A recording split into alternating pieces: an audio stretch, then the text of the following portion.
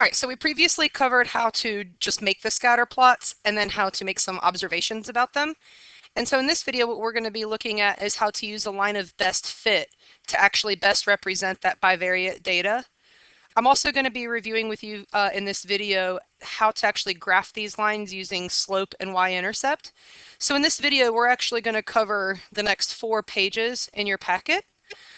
So join me now in just filling in these blanks. When working with scatter plots, where we observe a relationship, we can actually use a line to represent the general trend of the data. So you might remember back on the, on the first page of the packet, I talked about how the purpose of scatter plots is to kind of reveal a relationship or a trend if there is one. So that's what we're looking at today with the lines of best fit, okay? Now, the line of best fit helps us to make observations and inferences. These are, again, big words that I know you guys are hearing a lot in science this year. And here I've just got 4 pictures, one of which is a solid example of what a line of best fit should do. And then here I have a few examples of things that a line of best fit, these you can tell why these would not be good lines of best fit. So first, let's start off with what this one does right. So this line appears to be an accurate estimate for this data set. If we think about the slope of the line, it appears to follow kind of the general slope of these scattered points. And you can kind of see here that it runs through a couple of the points, and it also has some above as well as some below. So it's generally a good representation of the data. Now this line right here, this is not a good line of best fit. You can see here because it says it's too steep for the data set. And I think you guys would agree when we learned about slope that this is a very steep line as opposed to kind of like a flatter line. So yeah, this one's a little bit too steep. Now this one looks like it has a good slope, but maybe its y-intercept is messed up. Notice that this one has a solid y-intercept that kind of falls in line with the data. Now this one, we don't even look at the y-intercept, but with this one, I think you guys would agree that the slope looks good, but we should maybe move the line up a little bit.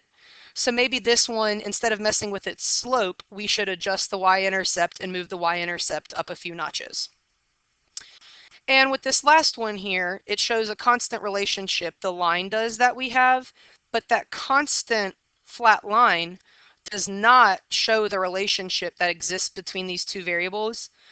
You can see here on the graph that this variable is miles driven, and this one here is the amount of gallons used. And we know that the more miles you drive, the more gas you use, which again is represented here very well with this first line of best fit. All right, so let's just kind of practice a little bit using the line of best fit to answer some questions. Again, we're allowed to make observations and inferences using these lines of best fit. So Eric created a scatter plot for the number of miles driven and the number of gallons of gas used, which is the same up here, okay? And the line of best fit is drawn on the graph, so it looks like this is this line of best fit, this scenario right here, okay? So using the line of best fit, approximately how many gallons of gas are used if you're going to be driving 275 miles? Now, when we look over here, we got to consider what scale is used. And if we go from 0 to 100 here, it looks like this is 20, 40, 60, 20, 40, 60. Nope, that's not even by, so it's not 20s. Let's do 25, 50, 75. There we go. So it looks like the scale here is by 75s. So if we're trying to, or 25s, so if we want 275, we're going to go 25, 50. Here is 275, okay? So we can follow that up to the trend line, which is right here, and then move over this way and find our answer right here. When we look at the scale here, we can see it's by 1, so 5, 6, 7, 8, 9 would be the answer here. It would take approximately 9 gallons of gas to drive 275 miles, okay? All right, now again, using the line of best fit, approximately how many miles did someone drive if they used 5 gallons of gas? So this time we're going to start on this axis. And here's my 5 gallons of gas, and I'm just going to follow here to my trend line. And then I'm going to move down to right here. And we said the scale was by 25s, so 100, 25, 150. Looks like on 5 gallons of gas, we can go 150 miles an hour. Okay? All right, let's flip over here. So let's just review real quick how to graph a line in slope-intercept form. And that'll just come in handy as we're working with the lines of best fit throughout the rest of, for our notes today. So I'm going to graph first here in blue. We're going to graph this line 1/2 x plus 5. And I'll remind you guys that the plus 5 is our starting point. We're going to start right here on the y-axis at plus 5. Okay? So that was the constant. Now let's use the coefficient, our slope, to build the staircase. Up 1 over 2. Up 1 over 2. Up 1 over 2. Friendly reminder that by moving down and back, that a negative negative is still a positive, so down and back allows us to kind of fall in line. And that works because you could say up and over, up and over, up and over. All right, so we have here, we have graph the line y equals 1/2 x plus 5. Now what I want to do is figure out which of these three data sets is best represented by that line. So all I'm going to do here in red is we're just going to plot the points real quick. I just wanted to review the difference between the staircase and then the plotting points. This time x comes first, so back 1, up 1. So 0, 2 would be here. Over 2, up 1 is here. 3, 2 would be here. Go ahead and fill this in with me on your scatter plot. And then 5, 4 would be right here. So obviously that trend line that we plotted, the 1/2 x plus 5, that's not a good trend line for this red data set. So it's not going to be this first one. All right, let's try the next data set in green. All right, so if I move over 1, up 4, I'm going to move over 3, up 6. I've got back 1, up 1. We've got back 1, up 4. Oops, sorry, I think I went too high for that one. There we go. 0, 5 is right here. And 5, 8, so over 5, up 8. All right, so it looks like the slope for this one is not that great. So maybe we can possibly rule this one out. All right, and let's look at the third one here. So 0, 4, 1, 1, 2, 0, back 2, up 6. Wow, in purple, I'm seeing a negative trend. If we do 2, 2, and then 4, 1. Yes, so the purple, for me, the purple is definitely like a negative trend line right there. The first one, the red, we said would have been right here. So out of all of them, it looks like the middle set, the green one, is the one that is best represented because it's the only one that kind of has that positive right here. We have green, but you can see with this green right here, let's sketch now. I'll pull up a line in green.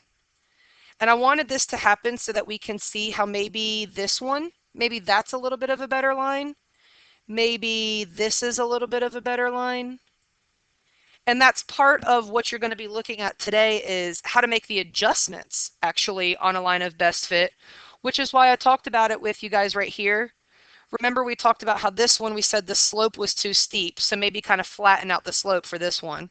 And for this one we said keep the slope, but maybe just move it up and change the y-intercept, okay? So out of all of these, the middle one is the best one because it's the only one that really has like the positive one up here. But we can even see that maybe changing the slope and making it a little bit steeper would be a good idea. So maybe adjusting the 1/2 to something a little bit steeper would be a good idea. We might also potentially want to bring that down a little bit. And so, yeah, so those are just some changes that we could possibly make to our line of best fit. All right, then here I just want to practice with you guys again, just like if this is the equation, what would be the current line? So this is reviewing back to unit 2 with functions. If we saw this first one here, that blue point is the y-intercept, so that's going to be a +1 in the equation. And then the staircase for this one is up 2 over 1, up 2 over 1. So for this, our equation is going to be y equals 2x plus 1.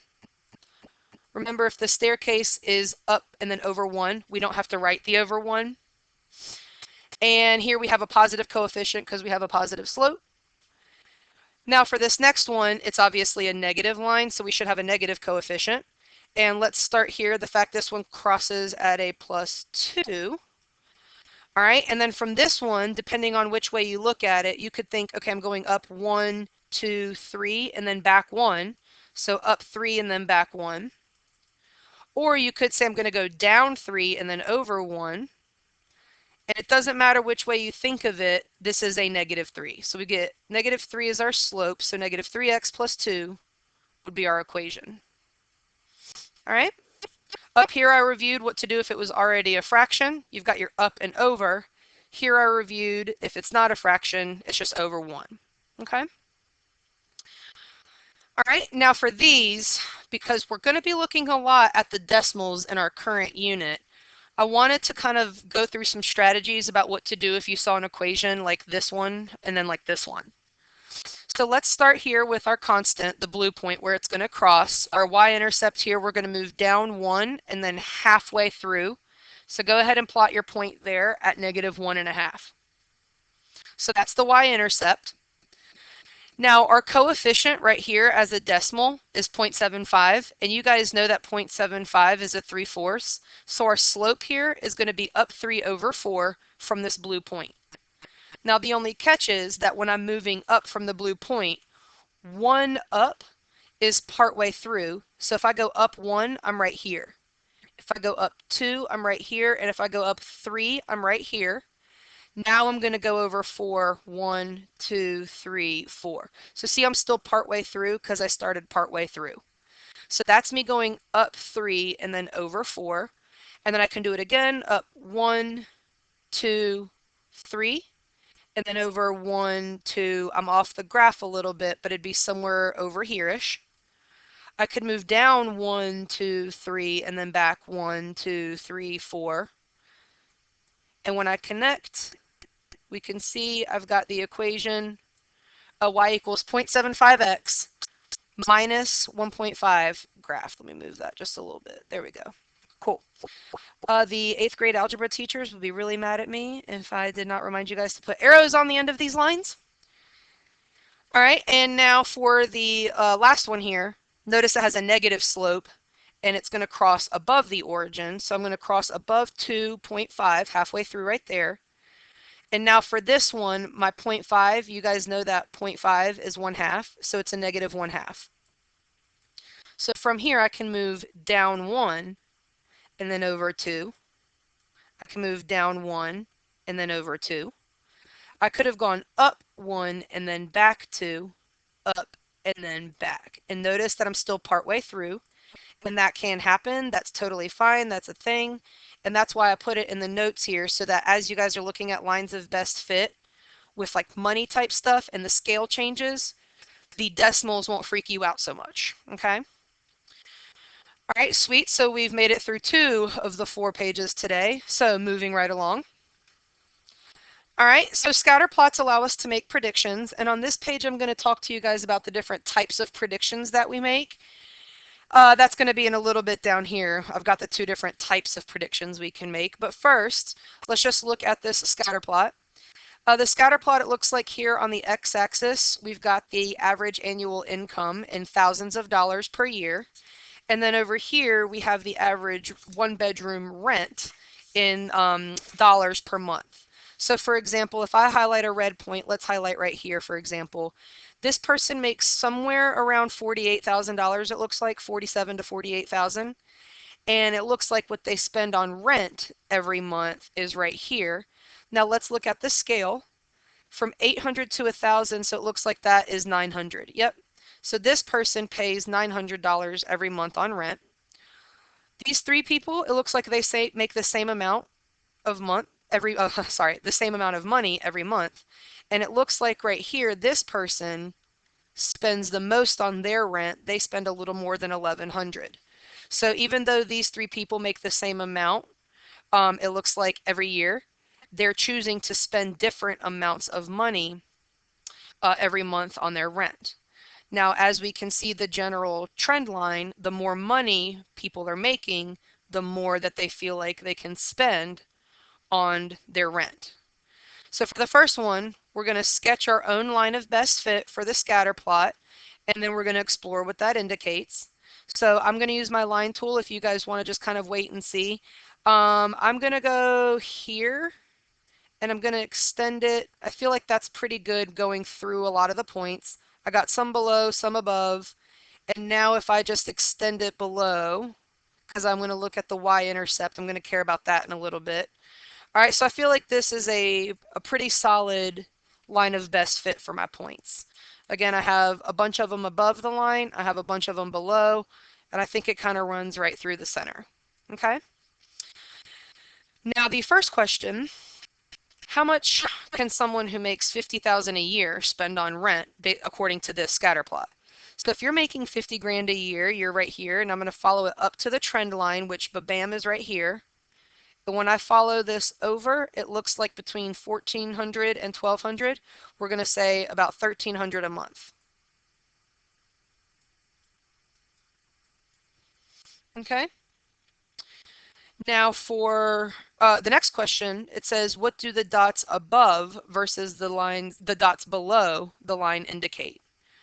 So if this line right here kind of shows on average what people make versus how much they're spending, it looks like anybody who's kind of above the line is living above their means. And I'm sure you guys have heard that before.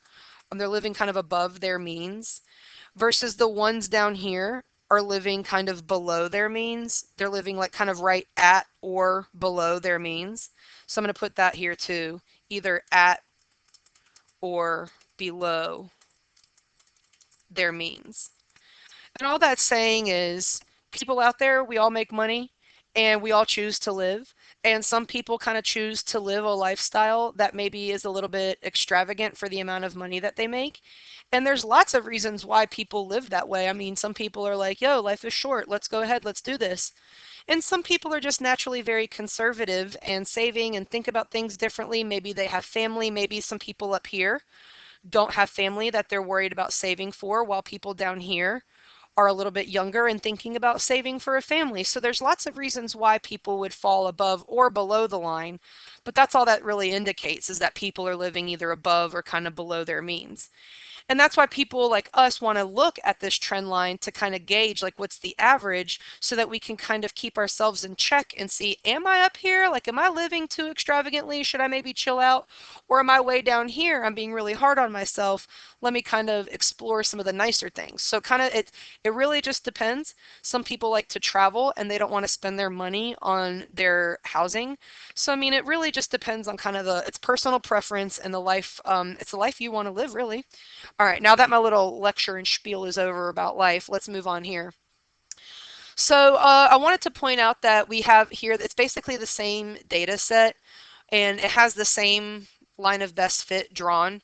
But for one of them, I ask a question that kind of falls inside the data set, versus for another one, I ask a question that kind of falls outside of the data set.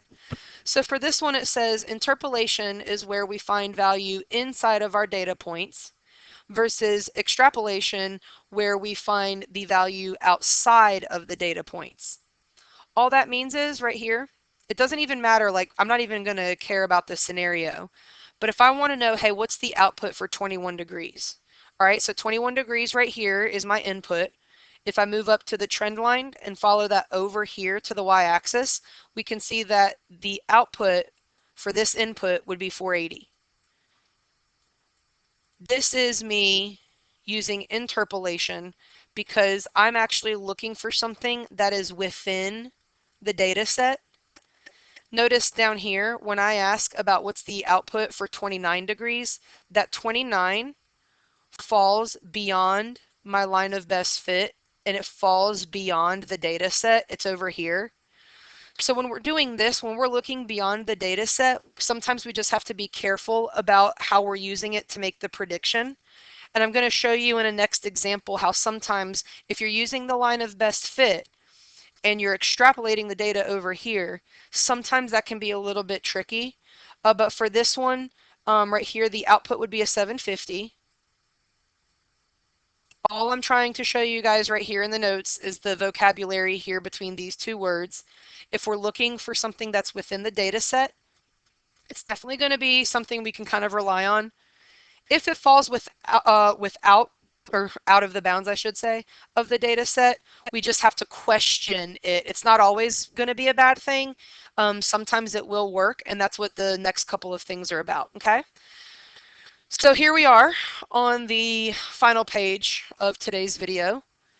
And in this first example, what we have is a scatter plot where Marvin recorded his age and the running time, the amount of time it takes him to run a mile. So he did this when he was 11 to 17. And as we can see, when he started out, he was 11, and it took him about 7 minutes to run a mile. And as he kept recording, when he was 17 years old, right here, it took him a little bit longer than 5 minutes to run that mile, okay?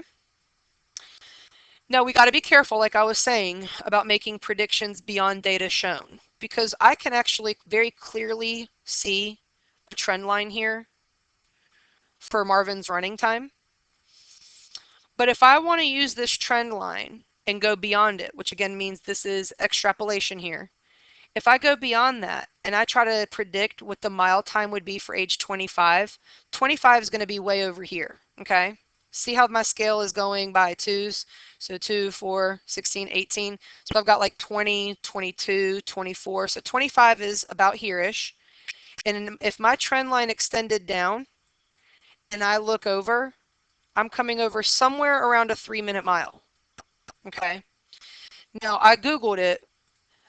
The world record right now for our men's, for a minute mile, or for the checking to see how long it would take to run a mile, I should say, is 3 minutes and 43 seconds. So for us to use this line and assume that Marvin will be able to run a 3-minute mile, I don't think that this graph would work for that.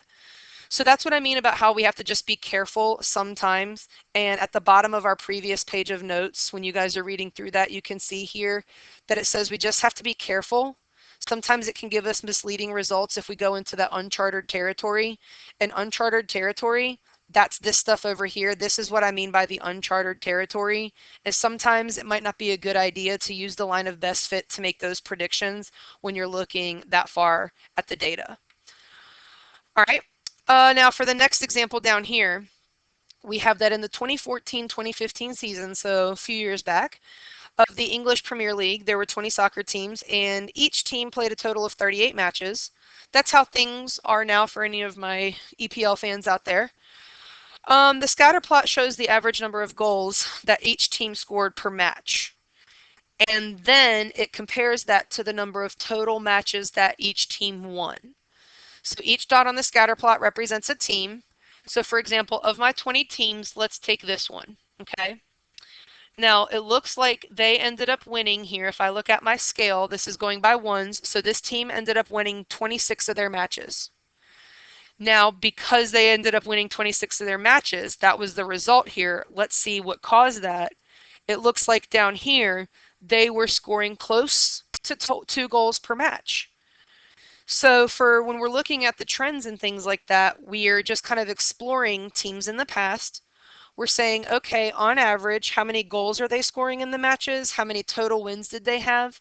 We can, of course, observe here a positive trend line. The more goals you're scoring in the game, the more matches you're probably winning. For a lot of you who watch soccer, you know that there's not usually a lot of goals scored per match. Oftentimes, teams won't even score in a match. And then you guys also know that sometimes that if there's a tie, that they don't necessarily count that as a win. Here in a lot of our sports, we don't use ties, but in soccer, you actually can tie a game. So that's a whole other thing that I at least wanted to address for my soccer fans out there. But for the purpose of today's math video, what I care about for this is using our skills of identifying the slope and the y-intercept, how to try to figure out which one of these lines is probably the equation for our line of best fit in the graph above it, okay? Now, when I look at this, I see the line of best fit crosses down below 0, so it crosses below the origin. This is going to keep moving and cross below the origin. So I'm going to rule out answer choice A and B because they have positive y-intercepts. So I'm going to rule those out.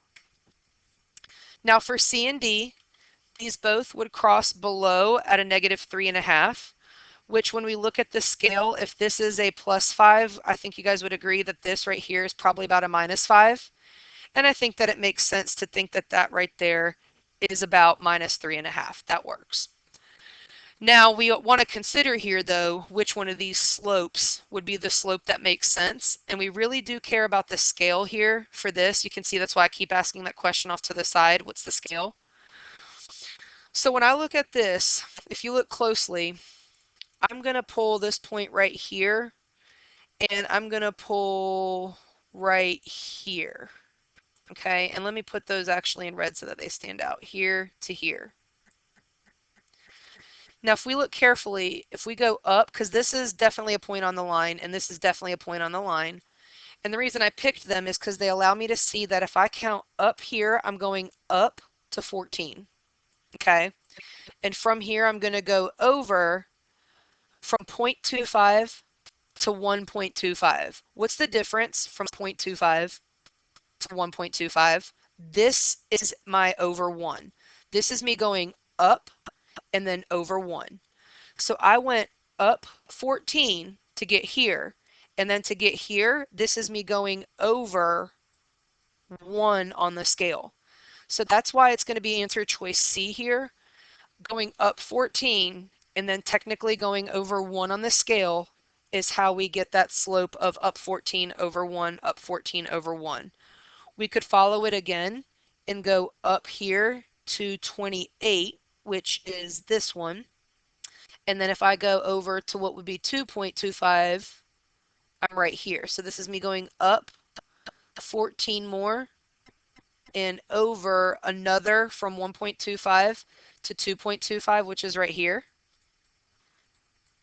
So this is me going up 14 over 1, up 14 over 1, and this graph would cross below at -3.5. Now, based on this equation that we got for number 1, we're going to use that answer here. We're going to estimate the number of overall wins for a team that scores, or their averages is 2 goals per match in the upcoming season. So right here, the 2 goals per match, if they score 2 goals per match, we can follow that trend line up, boop, and then we can come over here, and it'll be right there. We could also use the equation to say, okay, I'm trying to check for an input of 2, so 14 times 2 is 28, and 28 minus the 3.5 is going to be, I don't want to say the wrong thing here, 24.5. Yep, 24.5. So we would expect them to win somewhere between 24 and 25 games. And again, if we moved up here and then followed that over, there's the 24. So somewhere between 24 and 25. Nailed it. All right. And then for the next question, we can use our knowledge from the 4th unit where we learned how to solve equations to answer this question.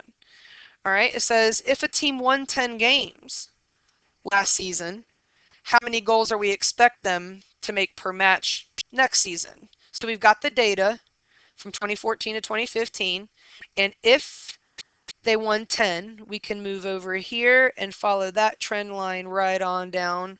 Boop. All right, and so we're expecting something right there. And let's see here when we solve, if I add 3.5 to this, now we have that 10, and we're going to see 10 is the outcome. We're going to get a 13.5 over here.